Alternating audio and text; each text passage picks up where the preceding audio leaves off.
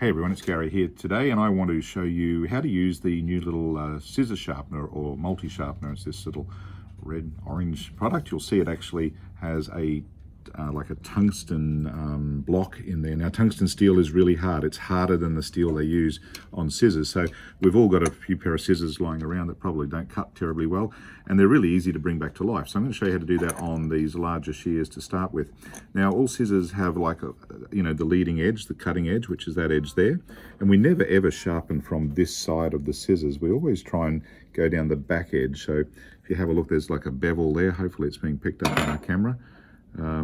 And so to use this little guy, you just simply take the tungsten block and you hold it firmly and you just slide along the back of the scissors like this. And the tungsten actually is harder than the scissors, the steel in the scissors, and it dresses it. But we make sure we slide away like this, you see. I'm not sliding up like that. I'm coming across like this, because if I did it this way, I'd wreck the leading edge. So you just do that a few times, come around the other side, and do the other side right here. Some scissors will be softer than others. The steel does vary. And once you've done that a few times, you'll feel the edge is quite sharp, and simply just gently close the scissors. They might feel a little bit rough on the first close. That's because you're just sort of cleaning up that edge again, and then you'll see they'll cut perfectly, and that's beautiful. Now, what about guys like this, little double curved scissors? Much smaller, much more difficult to work with. Same rules apply. There's your leading edge right there. You don't want to sharpen from this side. You always sharpen from the other side. So I just like to generally hold the scissors like that. And then again, I'm just running across the back of the scissors, following the angle of that bevel there. And you'll feel the tungsten block will sort of bite at the steel and it'll take a little bit away.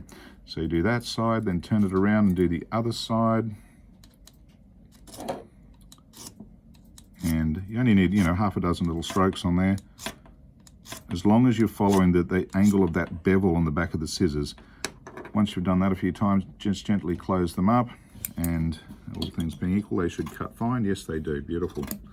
Now, what about these tiny little guys, like the little thread snips? Now, these are thread snips. They're not particularly designed for cutting fabric, but they will if they're sharp enough. Really difficult to sharpen, and you might think, how do you get that into to do that? So most of these, you have the option of just turning that little spring and opening the scissor up like so. And then the same rules apply. You just simply, from the back of the scissor, slide across nice and firmly and evenly all the way to the tip. Half a dozen little snips there, or slides across the back, and we'll do the same thing on this side. And there we go, it's looking good. That's pretty good. And we just close them up. And let's see how that goes. There you go. So that's cutting reasonably well through to the tip, but these are thread snips, remember that.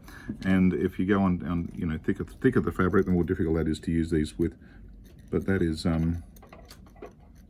A lot of people use these to cut around appliques. I prefer to use the proper double curves, but that's a great little tool. It's fantastic for pretty much any pair of scissors. Just remember, don't ever sharpen your serrated scissors, because they're not designed to be sharpened with one of these. But for very low cost, these are a great way to bring scissors back to life. So hope that helps.